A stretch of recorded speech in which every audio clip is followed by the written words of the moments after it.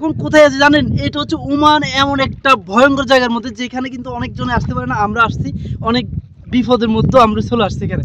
দেখেন জায়গাটা কতটা কিউট এবং কতটা ভয়ঙ্কর। ভয়ঙ্কর ভিতরে যে কিউট যে জিনিসটা থাকে, ভয়ঙ্কর ভালোবাসা সেম এরকমই। ভয়ঙ্কর হলো ভালোবাসা অতিরিক্ত পাওয়া যায়। দেখেন এখানে পাহাড়ের কোনো অস্তিত্ব যে এতটা কঠিন, এতটা ভয়ঙ্কর থাকে আমি আসলে জানতাম না।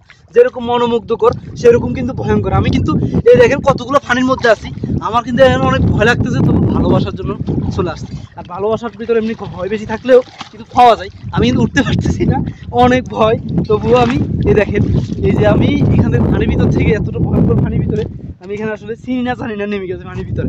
আই মিন বাংলাদেশি মানুষ তো বলে কথা। এই যে দেখেন গাইস, আমার দোস্ত সে কিন্তু ব্লগার, ফুল ব্লগার। ও কিন্তু আইডি থেকে লক্ষ লক্ষ টাকা ইনকাম করছে এই ব্লগ ভিডিও করে। সো আশা করি আপনারা শুধু চিনতে পারছেন। ও কিন্তু চেহারা দেখাতে চাচ্ছে না এবং ও ভিডিওটা ও করে ফেলছে। আই মিন আমি নতুন আসছি তার জন্য আমার ব্লগটা আমি করতেছি। আর এই ভিডিওগুলো করার কারণ, যারা ওমান আসবেন তারা এই যে মাস্কেটের মতো জায়গাগুলো নাই ঘুরে, সেগুলো আমাদের দেশও আছে, অন্যান্য দেশও আছে, পর্যটক এলাকা সব দেশে থাকে। তো আপনারা এখানে আসবেন, এরকম জায়গাগুলোতে ঘুরবেন, দেখবেন অনেক অনেক তৃপ্তি পাবেন, অনেক অনেক ভালো লাগবে। আর সেই জন্য আমি কিন্তু এই ভিডিওগুলো দেখাই।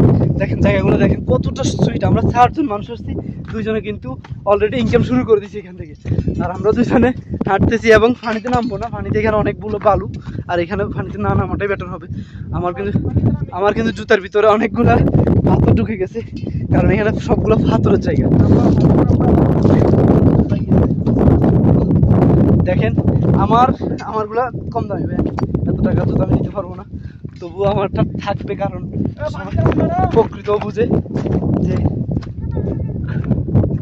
কঠিন বিষয়গুলা। এই যে আমি এখন পাহাড় থেকে নামছি,